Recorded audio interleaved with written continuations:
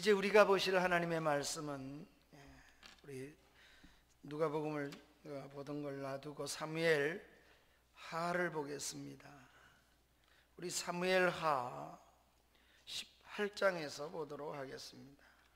사무엘 하 18장 28절부터 보도록 합니다.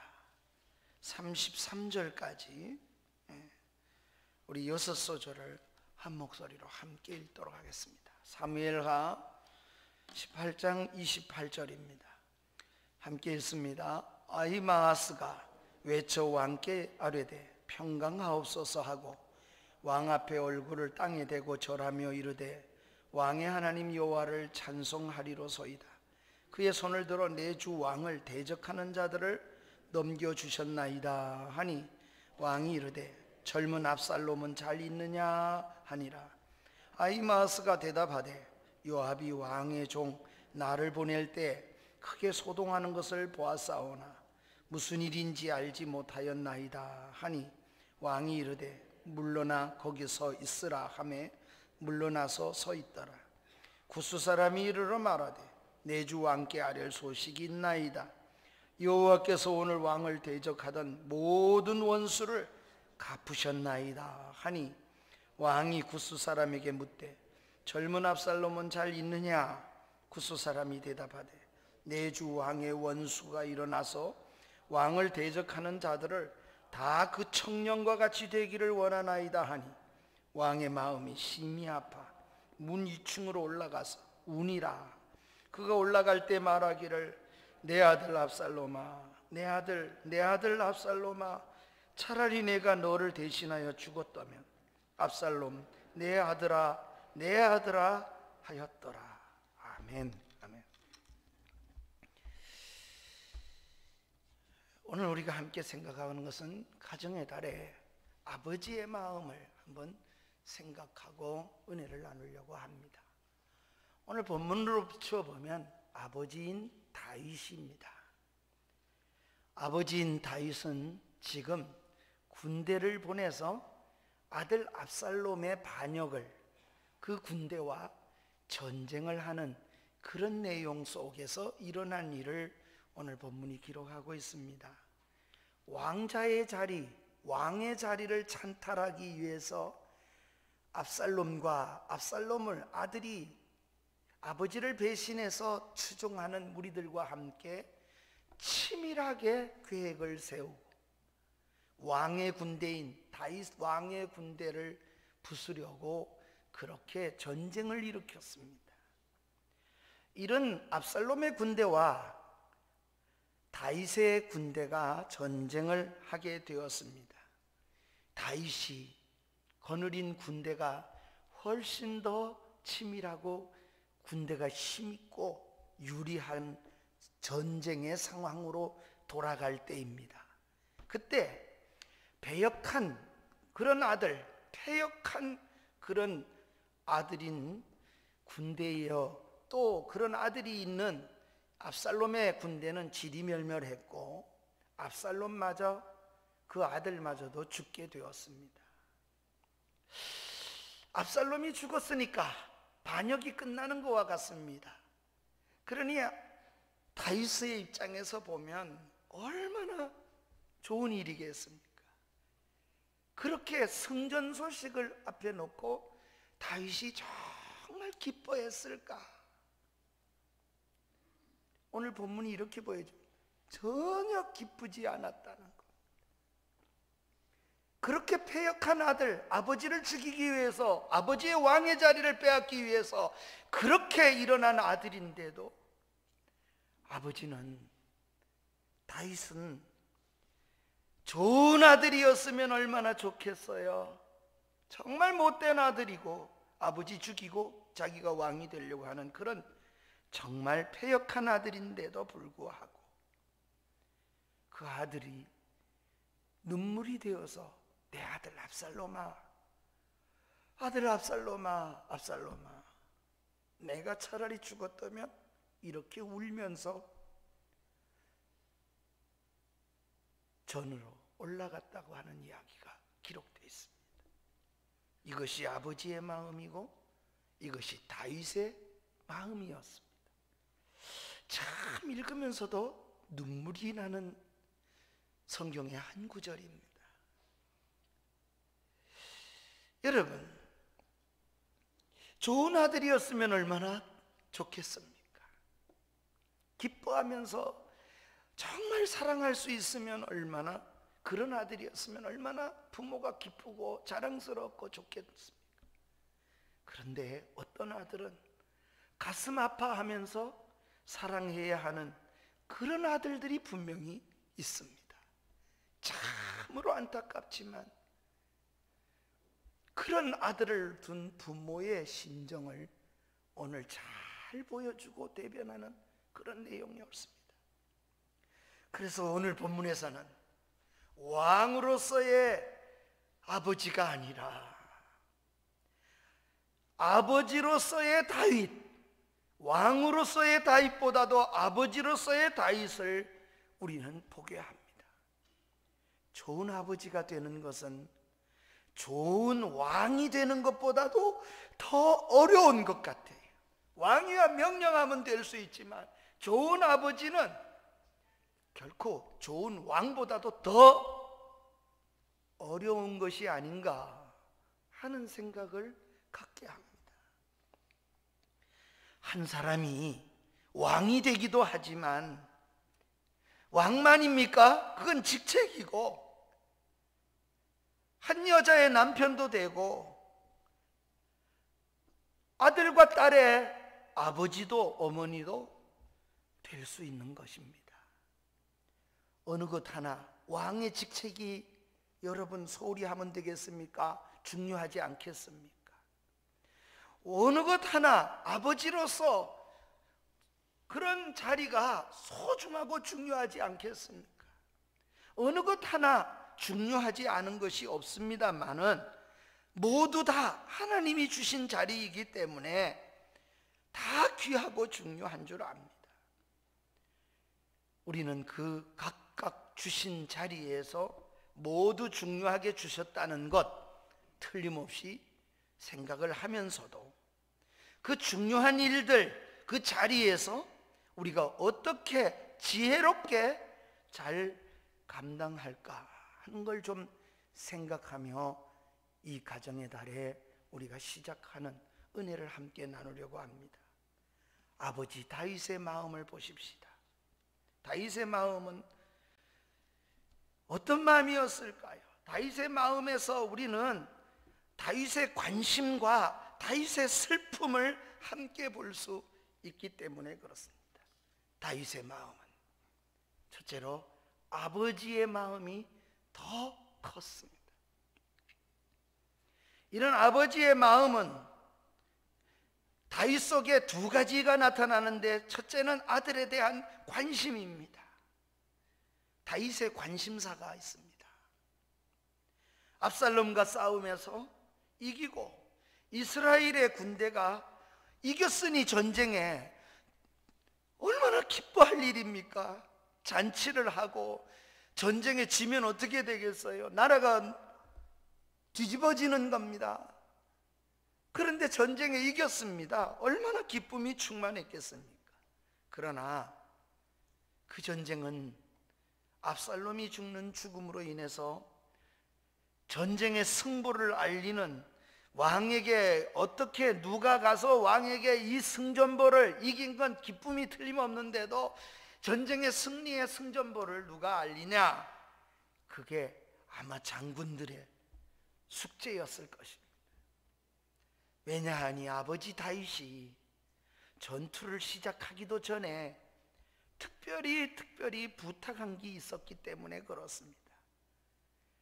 사무엘하 18장 5절 말씀에 보면 이렇게 다윗이 대장군인 요압을 내보내면서 아비새 이때에게 명령하여 이렇게 요청을 합니다. 나를 위하여 젊은 압살롬은 다윗의 아들입니다. 젊은 압살롬을 너그러이 대우해라. 그러니 왕이 압살롬을 위하여 모든 군대 지휘관에게 명령할 때 이게 군대 장군만 들은 게 아니고 모든 백성이 다 들었다. 이스라엘이 다 듣도록 그렇게 했다. 이렇게 18장 5절에 보면 말씀합니다. 그런 아버지 다윗은 이스라엘의 전쟁이 유리하게 돌아가도 관심은, 전쟁에도 이겨야 되겠지만 관심은 오직 압살롬 뿐이었습니다. 전투가 끝난 후에 2명의 전령사가 전쟁이 끝난 후에 참으로 다윗에로 달려갑니다. 하나는 사독 제사장의 당시의 아들이었던 아히마아스입니다. 또 한 사람은 구스 사람, 그래 흑인인 것 같아요. 구스 사람 한 사람이 있었습니다. 두 사람이 전령이 막 달려오는 있지 않았겠어요? 아니면 말을 탔든지 하여튼 뛰어서 우리가 이겼으니까 승전보를 알리기 위해서 두 사람의 전령이 달려오는 것을 다윗이 보았습니다. 다윗의 관심이 왜 쏠리지 않았겠습니까? 전세에 대해서 보고를 받았지만 전투 승리에 대한 기쁨이 아니라 내 아들, 젊은 아들 압살롬이 어떻게 됐나, 압살롬의 안위가 전쟁의 소식보다도 다윗에게는 훨씬 더 궁금했습니다. 보고가 끝나자마자 압살롬의 안부를 묻습니다. 전쟁에 이겼습니다, 이렇게 보고했겠죠. 그러니 다윗이 묻습니다. 압살롬은 어떻게 돼? 상황 판단한 아마 사독의 아들 제사장인 아히마아스는 압살롬의 안부를 묻는 것에 대해서 아마 상황을 지혜롭게 판단한 것 같아요. 그래서 왕이여, 그것에 대해서는 전 잘 모르겠습니다, 이런 말을 한 거예요. 그런데 다음에 달려온 구스 사람이 압살롬의 소식을 전해주는데, 다 왕에게 반기를 든 사람은 다 그 젊은이처럼 죽기를 원한다, 다 하나님께서 멸절시키기를 원한다고 보고를 드렸습니다. 32절입니다. 그 내용이 이렇습니다. 구스 사람에게 묻되 젊은 압살롬은 잘 있느냐? 구스 사람이 대답하되 내 주 왕이여, 원수가 일어나서 왕을 대적하는 자들은 다 그 청년같이 되기를 내가 원하나이다. 여러분, 이렇게 고백을 했습니다. 2명의 전령이 전투 상황을 보고하였지만 다윗은 번번이 압살롬의 안위가 문제입니다.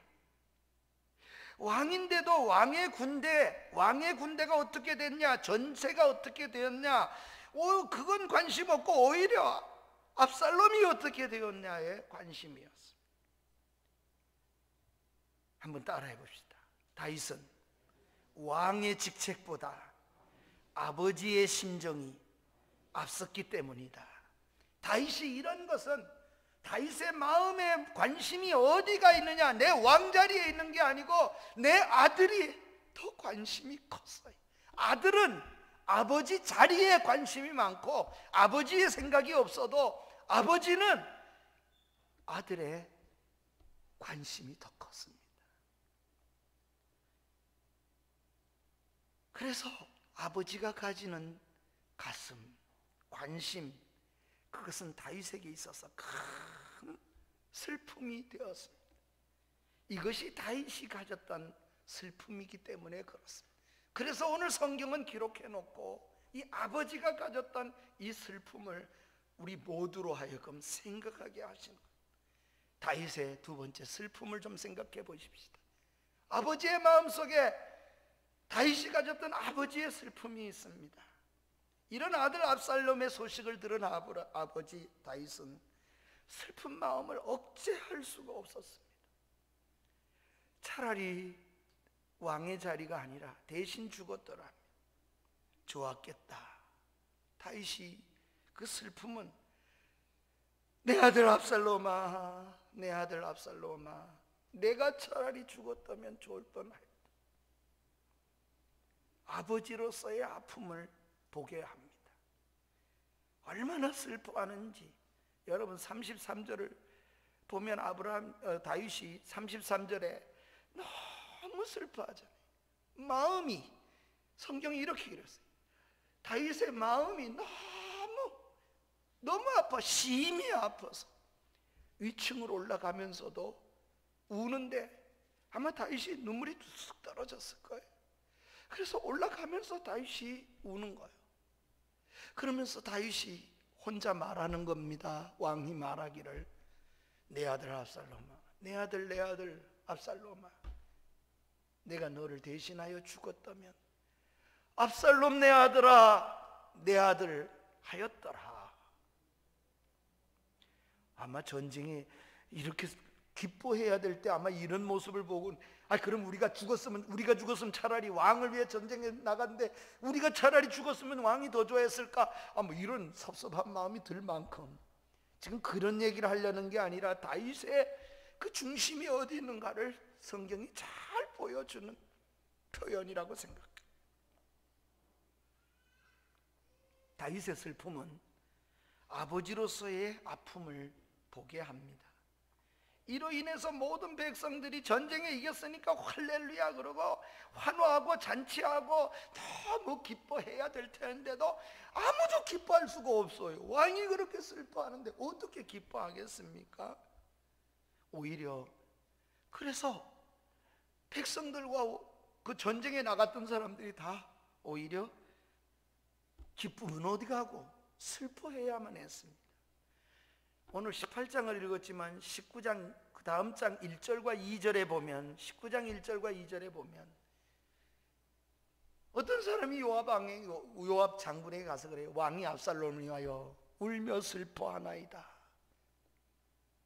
그래서 백성들이 그날에 슬퍼하는데 그날의 승리가 이긴 것이 백성에게도 뭐가 됐다고요?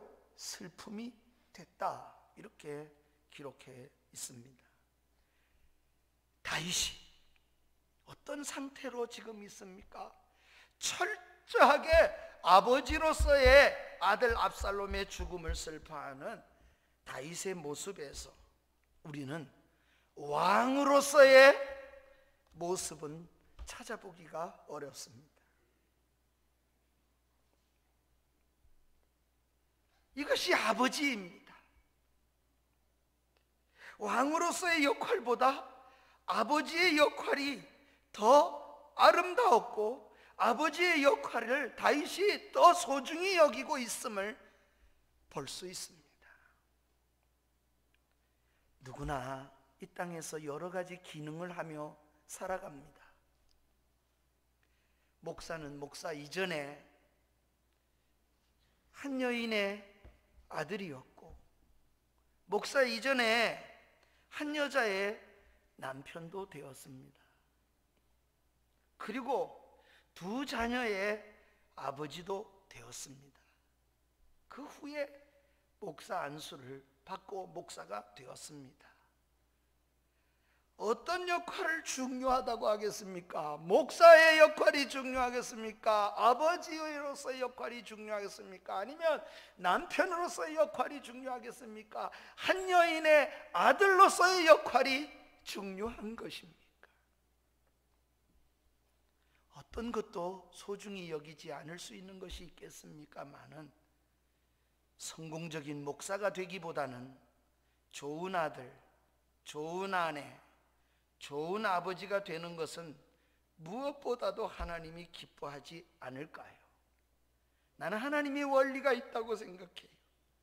그래서 목사보다도 더 귀한 것, 정말 좋은 남편이 되고 좋은 아버지가 되고 좋은 아들이 되는 것이 목사가 되는 것보다도 더 소중하다고 하나님은 기뻐하신다고 생각합니다. 다윗이 지금 하나님의 마음에 합한 사람입니다. 성경은 교회의 장로님들을 뽑을 때에도, 지도자를 세울 때에도, 감독을 뽑을 때에도 한 아내의 남편이고, 그리고 가정을 잘 다스리는 자가 그렇게 감독이 되고 집사가 되고 장로가 되도록 세워라, 이렇게 말을 합니다. 원리가 무엇일까요? 하나님은 똑같은 원리가 성경 속에 깔려있는 저는 원리라고 생각합니다. 그러니 얼마나 중요합니까? 그것을 잘 해내야 제대로 해야 목사도 제대로 할 수 있을 것이기 때문에 그럴 것입니다. 교회 내에 어떤 면에서는 영적인 아버지같이 목사의 마음이 그러해야 되지 않겠나, 가정을 통해서 배워야 된다고 생각합니다. 아무리 속상하게 하는 교인이 있다 한다 할지라도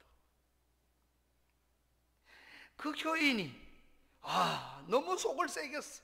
그러니까 집안이 망하고 잘 안 됐대. 그런데 목사가 그런 소식을 듣고 자기한테 잘 못했는데, 아이고 내가 보니 그걸 망할 줄 알았다고. 그렇게 속색이더니 그놈의 집사 뭐 망할 줄 알았다. 이런 목사님이 목사님입니까? 그런 사람이 아버지 마음이 있을까요? 그 기쁨의 소식이 그런 것이 기쁨의 소식이 되어야 되겠습니까? 아무리 나를 괴롭혔더라도 잘 되었다는 소식을 들을 때 기뻐할 수 있어야 목사다운 목사가 되는 것이 아니겠습니까? 그렇지 못할 때 목회자의 마음에서는 견디기 어려운 아픈 마음으로 가슴이 찔려야 저는 목회자라고 생각해 보는 겁니다. 하늘 아버지는 어떨까요? 하나님 아버지를 한번 생각해 보십시오. 우리 하나님 아버지는 어떤 마음으로 오늘 우리를 사랑하실까요? 우리 모두는 하늘에 계신 그 하나님을 아버지라고 부르기 때문에 그렇습니다. 하나님 아버지의 마음을 선지자 에스겔 선지자는 잘 하나님 마음을 알았어요. 그래서 에스겔서에 보면 33장 11절에 보면 에스겔을 통해서 하나님이 하나님의 마음을 전달합니다. 그들에게 말하라. 주노 하나님의 말씀인데, 내가 내 삶, 하나님은 하나님을 맹세를 자신을 통해서 맹세할 수밖에 없잖아요. 더 큰 사람이 없어요. 나는 악인이 죽는 걸 기뻐하지 않는다. 하나님이 무슨 악인 심판하는 게 즐거워서 악인 심판하는 그런 하나님이 아니라는 거예요. 하나님은요, 돌이키길 원하고 새롭게 되길 원하고 그런 저주를 안 하고 싶고 그런 벌을 안 주고 싶고, 하나님은 그런 것이 하나님의 마음이라는 겁니다. 그래서 어떻게 하든지 좀 돌이키고 나의 삶을 두고 맹세하노니 돌이켜라. 심판이 아니라 용서가 하늘 아버지의 마음입니다. 이게 하나님의 마음의 본심이라는 거예요. 그런 마음으로 우리 하나님은 니느웨의 멸망을 막기 위해서 멸망시킬 수도 있지만 하나님의 종 요나를 니느웨에 보내서 살 길을 깨우쳐 주시길 원했던 거예요. 그런데 요나는 그 마음이 없어요. 선지자인데도 그 마음이 없어요. 아버지의 마음이 없으니 그가 하나님의 마음을 읽어내질 못하니 하는 짓마다 하나님의 뜻을 선지자임에도 바르게 행할 수가 없는 겁니다. 그래서 도망을 가는 겁니다. 그리고 그런 요나를 하나님은 끝까지 아버지의 마음으로 여전히 붙잡고 다스리고 고치고 위로하며 세워가시는 겁니다. 결국은 니느웨로 가고 요나의 말을 들은 니느웨 사람, 그 사람들은 왕뿐 아니라 저 종들까지, 그만이 아니야. 성경에 보면 이렇게 얘기를 했어요. 짐승들까지도 금식을 시켰어요. 짐승들까지도 금식하며 슬퍼하며 죄를 뒤집어 쓰고 하나님께로 돌아옵니다.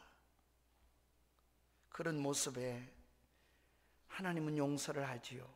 그런데 요나는 얼마나 찌들어들고 얼마나 오그라들고 얼마나 편협한 마음인지, 하나님의 사람인데도 불구하고 그렇게 편협한 마음을 가지고 몹시도 속상해하고 화를 내고 하나님 앞에 불평을 쏟아놓는 사람으로 살았습니다. 그때 하나님께서는 요나에게 박넝쿨에 화를 내는 걸 박넝쿨을 통해서 교훈을 주시면서, 여기 니느웨에 12만 명이나 사는 성읍을 내가 아껴야 되지 않느냐, 그 생명을 귀히 여겨야 되지 않느냐, 너는 박넝쿨 하나 때문에 그거 좀 시원한 거 좀 없어졌다 그것 때문에 화를 내는데 여기에 갈 방향을 알지 못하는 12만 명이 사는 니느웨를 그렇게 버려야 되겠느냐? 하나님의 마음을 요나서 4장 11절에 하나님이 요나에게 질문으로 합니다. 이 큰 성읍 니느웨에 좌우를 분별하지 못한 자가 12만 명이다. 가축도 많이 있으니 내가 어찌 아끼지 아니하겠느냐. 이게 요나서의 끝부분이요, 끝자리입니다. 아버지의 마음을 요나는 이해할 수가 없었습니다. 하나님 아버지는 그런 마음입니다. 그래서 슬픔이 있습니다. 다윗도 슬픔이 있습니다. 지금 왕으로서의 직책을 행하는 게 아니고 다윗은 왕의 직책보다도 아버지의 마음을 더 크게 여기십니다. 그래서 우리는 두 번째로 견디기 어려운 다윗의 슬픔을 좀 생각해 보십시다. 아버지에게 찾아오는 견디기 힘든 슬픔 말입니다. 그것이 무엇이라고 여러분 생각하십니까? 무엇 때문에 다윗이 견디기 힘들고 무엇 때문에 그렇게 큰 슬픔이 되었을까요? 왜 이렇게 슬퍼할까요? 전쟁에 승리했는데 전쟁에 승리한 기쁨보다도 왜 아들의 죽음에 대하여 이렇게 안타깝게 여겼을까요? 그 아들이 아버지를 정말 신뢰하고 아버지 사랑하고 정말 그런 아들이라서 그 아들이 정말 가치가 있어서 여러분 그렇게 울고 있습니까? 아닙니다. 그 아들은 페르나입니다. 오늘 말하면 부모를 후렸고 부모의 왕의 자리를 빼앗으려고 반란을 일으켰고 아버지 죽이겠다고 지금 아버지에게 전쟁을 걸어온 아들입니다. 자기를 따르는 사람들을 통해서 못된 아들입니다. 그의 행위는 용서받을 수 있는 행위가 아니었습니다. 그럼에도 다윗이 왜 이렇게 슬퍼하고 왜 이렇게 안타까워하며 자기가 죽는 것이 더 좋을 뻔하였도다 내 아들 압살롬아 이렇게 말하는 이유가 무엇일까요? 그것은 한번 따라합시다. 다윗과 압살롬의 관계 때문이다. 관계 때문이에요. 다윗과 압살롬은 아버지와 뭐라고요? 아들 관계입니다. 아버지와 아들은 왕의 자리를 크게 얘기하고 있지만 아버지는 아들이 크게 보이는 겁니다. 아버지와 아들입니다. 하나님이 우리에게 관심을 갖는 것도 하나님이 우리를 사랑하고 관심을 갖는 것도 동일한 원리로 우리를 그렇게 하실 것입니다. 아들이 아무리 못되게 굴고 못돼도 페르나도 여전히 내 아들입니다. 그래서 사랑하고 관심을 갖는데 못됐으니 정말 슬픔이요 그런 아들을 향한 눈물의 사랑이 지금 있는 겁니다. 그래서 슬퍼하는 겁니다. 사랑하는 여러분, 우리와 하나님과의 관계도 저는 생각해보면 같은 원리가 있다고 생각합니다. 우리가 잘 하나님의 뜻대로 살기 때문에 하나님께서 사랑하고 우리에게 관심이 있는 것일까요? 정말 우리가 하나님 뜻대로 살기 때문에 그럴까요? 아니요, 그렇지 않을 수도 있어요. 그래도 우리를 사랑하신답니다. 그 이유는 단 하나예요. 우리와 하나님과의 관계 때문입니다. 요한복음 1장 12절에 영접하는 자 곧 그 이름을 믿는 자에게는 하나님의 자녀가 되는 뭘 됐다고요? 자녀가 되는 권세를 주었어요. 관계가 되었어요. 관계. 그래서 우리가 하나님 앞에 잘해서 하나님을 기쁘게 해드려야 될 것이지만 그렇게 못하지만 하나님 우리를 사랑해. 얼만큼 사랑하시냐? 요한복음은 이렇게 말해요. 당신의 아들을 십자가에 죽일 만큼, 그만큼 사랑하신다. 저와 여러분을 사랑하시는데 관계 때문에 그렇게 사랑하신대. 그래서 이는 혈통 육정 사람의 뜻으로 나지 아니하고 하나님께로 난 자들이라 그래요. 우리가 나야 내 자식이잖아요. 똑같은 원리가 있다는 거예요. 하나님과 관계요. 구원은 이 관계 때문에 우리는 살아나는 겁니다. 얼마나 하나님 앞에 하나님이 우리를 사랑하고 우리에게 구원을 주신 후에 우리가 뭐 조금 잘하는 게 있으니까 그것 보고 이렇게 한다. 아니요. 하나님의 관계의 사랑 때문이요. 이 하나님의 사랑을 어떻게 표현했습니까? 요한복음 10장 28절에 보면은 이렇게, 우리 한번 읽을까요? 시작. 내가 그들에게 영생을 주노니 어떻게 해요? 영원히 멸망하지 아니할 것이요, 또 그들을 내 손에서 빼앗을 자가 없다고 말씀했어요. 여러분, 이 큰 사랑이 저와 여러분의 구원의 확신인 줄 믿습니다. 빼앗을 수가 없어요.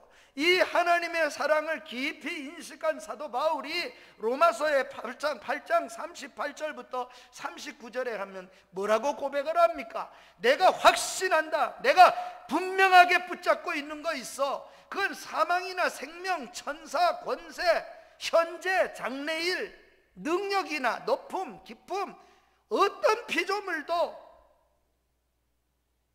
헤아려 보면요, 다윗이 아마 바울이 말이 있다면 말하고 싶은 말 다 걸어뒀을 것 같아요. 그 어떤 것도 하나님과 나와의 관계를 끊을래야 끊을 수 없다, 그렇게 증언하고 있습니다. 이게 우리가 사는 비결이고 은혜입니다. 다윗은 슬퍼하고 해결하지 못했지만 하나님은 그런 분이 아니기 때문에 그렇습니다. 누가복음 15장에 보면 예수님이 집 나간 아들을 기다리는 아버지의 모습을 잘 그려주고 있습니다. 그것이 아버지의 마음입니다. 여러분, 가지고 있는 거 다 가지고 나가서 다 탕진하고 그리고 거지가 돼서 돌아온 아들, 이제는 밥만 먹고 살게 해주고, 아버지여, 내가 하늘과 아버지께 죄를 얻어 싸우니 아버지 집에 종노릇만 해도 좋겠습니다. 그러는데 아버지는 그 소리가 하나도 들리지 않아요. 성경에 보면 이렇습니다. 돌아오는 아들 이야기가 나오지만 돌아오는 아들을 본 아버지 그때의 심정을, 아버지가 뛰어 달려가, 성경 그래, 아버지가 달려가는 거지 아들이 달려와서 아버지를 끄나는 게 아니에요. 아버지가 달려가 그의 옷을 벗기고 금가락지를 끼우고 소나 양을 잡으라 그러고 아버지가 모든 것을 다 하고 있습니다. 아버지가. 이것이 하나님이 기다리는 그 아버지의 마음을 잘 보여주신 겁니다. 그러니 하나님 예수님을 우리에게 주시는 그 아버지의 마음이, 구원하신 주님이 그 아버지의 마음을 아시기 때문에 내 아버지 뜻대로 주님이 가시는 걸 기뻐하신 거예요. 우리를 사랑하시되 그렇게 사랑하신 것이, 하나님의 사랑이 얼마나 큽니까? 이제 우리는 그 큰 사랑을 받았기 때문에 어떻게 살아야 하겠습니까? 하나님이 우리를 슬퍼하며 사랑하지 않도록 살아내야 할 것입니다. 야, 아무개야, 너 정말 내 마음이 아파다. 기뻐하며 사랑하실 수 있도록 살아내는 것이 신자가 믿는 일 하는 거예요. 하나님이 기뻐하며 사랑할 수 있도록 슬퍼하며 사랑하는 게 아니라, 저런 아들을 내가 어떻게 낳나 그래서 안타까워하며 사랑하는 게 아니라, 네가 내 마음을 정말 내 마음처럼 가졌구나, 그렇게 아파하며 사랑하는, 기뻐하며 사랑하는 그런 사랑을 참으로 우리가 받으며 살아가는 것이 우리가 해야 할 믿는 일입니다. 생각해 보세요. 진정한 하나님의 자녀로 산다는 말은 그런 원리입니다. 예컨대 여러분, 아버지 하나님과 예수님의 관계를 한번 생각해 보세요. 예수님에 대해서 하나님은 두 번이나 아들에 대해서 하늘로부터 증언해 준 소리가 있어요. 하나는 우리가 이미 살펴온 변화산이라는 산 위에서의 구름이 덮인 후에 하나님이 하늘로부터 들려진 소식이고, 또 한 번은 세례 요한에게 세례 받으러 갔을 때 하늘이 열리고 성령이 비둘기같이 내리면서 하늘로부터 소리가 있었어요. 그때 소리가 뭡니까? 마태복음 3장 17절과 마태복음 17장 5절 두 절이 있는데, 먼저 마태복음 3장 17절에 보면 하늘로부터 소리가 있어 말씀하되 이는 내 사랑하는 아들이요. 두 번째 보면 뭐라고요? 내 기뻐하는 자라. 아들은요, 예수님은요, 하나님의 기쁨의 대상이에요. 하나님이 기뻐하면서 사랑할 만한 아들이요. 여러분, 이게 예수님이에요. 여러분, 마태복음 17장 5절에도 보세요. 주님이 뭐라고 말하는? 밤 호련히 빛난 구름 속에서 소리가 나되 내 사랑하는 아들이요 내 기뻐하는 자니. 주님이 그냥 사랑한다 이 소리만 들은 분이 아니요, 주님은 내가 기뻐하는 아들이다. 왜? 주님이 하시는 모든 일은 아버지인 하나님이 기뻐하며 사랑할 수 있는 아들이 되었고, 그렇게 걷고 있기 때문에 기뻐하는 내 사랑하는 아들. 우리가 한 여인의 한 부모의 자녀가 되기도 하고, 우리 모두가 아버지가 되기도 하고 어머니가 되기도 하고, 또 여러분이 각자의 직책이 주신 목사라는 직책도 있고 다양한 하나님이 주신 자리가 있을 겁니다. 그러나 가장 귀한 게 무엇이겠습니까? 사랑하면서 기뻐하는 그런 관계가 되어질 수 있는 은혜가 있기를 주의 이름으로 축복합니다. 그런데 다윗은 늦은 슬픔이 있었습니다. 왜 늦은 슬픔입니까? 다윗의 슬픔은 너무 늦었어요. 좀 더 일찍 압살롬에게 관심을 기울였더라면 이런 슬픔을 맛보지 않았을지도 모릅니다. 그렇게도 될 터인데 다윗은 기회를 잃어버렸습니다. 그래서 반역이 끝이 나지 않았어요. 문제는 그런 자녀가 있어서 다윗이 영적으로 징계하고 영적으로 매를 들어서라도 바로잡기 위하여 다윗이 정말 노력을 기울이지 않았습니다. 압살롬의 경우 다윗은 그 죄악에 대하여 징계했어야만 했었습니다. 그것이 이런 슬픔을 불러왔습니다. 너무 늦은 슬픔이 되었다는 말씀입니다. 이런 슬픔이 늦게 오지 않도록 사랑하는 여러분, 바르게 교육하고 영적으로 바로 잡아주는 일, 저는 때로 아이를 때리는 게 옳지 않다고 생각하지만은 정말 하다 안 되면 매를 들어서라도 그렇게 훈계하는 것이 옳다고 생각합니다. 그래서 우리가 한 가지 꼭 기억하고 살아야 됩니다. 뭡니까? 누가복음 13장에 관계를 이해 못하는 사람에 대해서는 그 사랑을 이해할 수 없다는, 돌아온 아들의 아버지 하는 짓을 누가 이해 안 되냐? 큰 아들은요 이해가 안 돼요. 다 탕진하고 와서 창기와 먹고 왔는데 그런 놈한테 또 잔치를 하고 또 금가락지를 끼우고 신발을 신기우고 또 무슨 잔치를 해. 도무지 이 아버지가 이해 안 돼. 이런 아들이 존재하고 있었습니다. 그러기에 우리 모두가 한 가지를 더 기억해야만 할 것 같습니다. 누구라도 아버지의 심정으로 보아야 된다는 것. 한번 따라 합시다. 누구라도 아버지의 심정으로 살아라. 아멘. 그것이 제일 크다. 왕의 직책보다도, 왕의 목사라는 직책보다도 아버지로서의 그것이 안 서 있으면 그 모든 것은 바로 할 수 있는 일이 아니기 때문에 그렇습니다. 그래서 하나님은 가정은 지으셨어요. 하나님은 목사를 세우는 제도를 먼저 세우지 않았어요. 하나님은 남편으로서의 가정의 어떤 사람이 될 것인가에 대한 하나님의 가정 원리가 이 속에 전체가 있어요. 우리 하나님의 나라는 아버지의 나라고, 우리가 가는 나라는 아버지의 나라입니다. 곧 가정과 같은 하늘나라는 이런 곳이에요. 가정이 들어가는 게 편안하면 하늘나라 들어가는 것도 편안할 거예요. 그러나 가정에서 하나님 나라를 못 보는 사람은 천국 마음이 없을 거예요. 가정도 지옥 같은데 또 그 나라에. 이동원 목사님이 예수를 중간에 믿었더라고요. 어느 날 옥하는 목사님 앞에 제일 예수 믿고 힘든 게 뭐였어? 그럴 때 이동원 목사님 그런 얘기를 했어요. 교회 가가지고 제일 싫은 게 있었대요. 기도하라 그러는데 나 권사님도 장로님도 집사님도 그러는데 하늘에 계신 아버지요 이래 기도하는데, 이거 하늘에 계신 어머니요 이래면 좋겠는데 하늘에 계신 아버지 맨날 술 먹고 오고 맨날 두드리고 맨날 어머님한테 못된 짓 하고 이러던 아버지라 부르는 게 너무 아버지 그러면 겁도 나고 싫은데,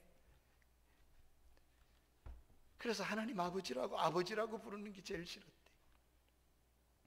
사랑하는 여러분, 우리 하늘아버지는 그런 분이 아니시기에 다행이잖아요.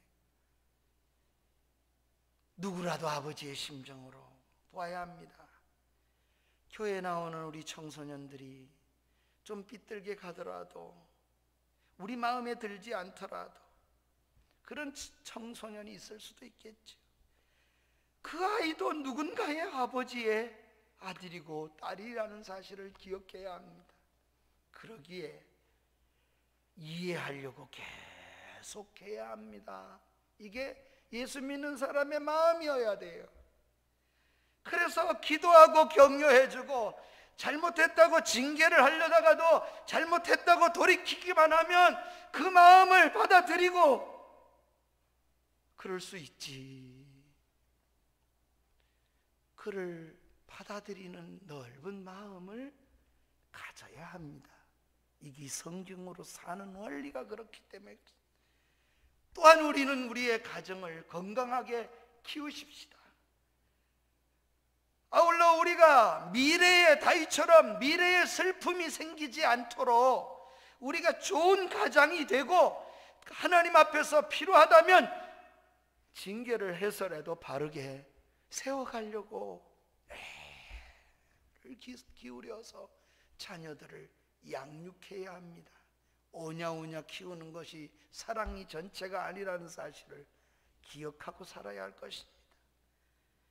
그리고 우리 모두가 아버지의 이 마음으로 살아내는 하나님의 사람이 되어지기를 간절히 바랍니다. 다윗은 왕으로서의 지금 이 말을 한 것이 아닙니다. 국민들도 다 그 아버지의 마음을, 다윗의 마음을 잘 이해하지 처음에는 못했지만 우리는 성경에 기록해 놓아서 아버지의 마음을 보도록 만들어 주십니다. 우리 모두가 이 말씀을 기억하며 다 같이 일어나셔서 찬양을 드리겠습니다. 주님을 그렇게 사랑하고 살겠다고, 아버지 내게는 사랑만이 전체라고, 우리 314장 찬양으로 내 구주 예수를 더욱 사랑 고백하며 나가겠습니다.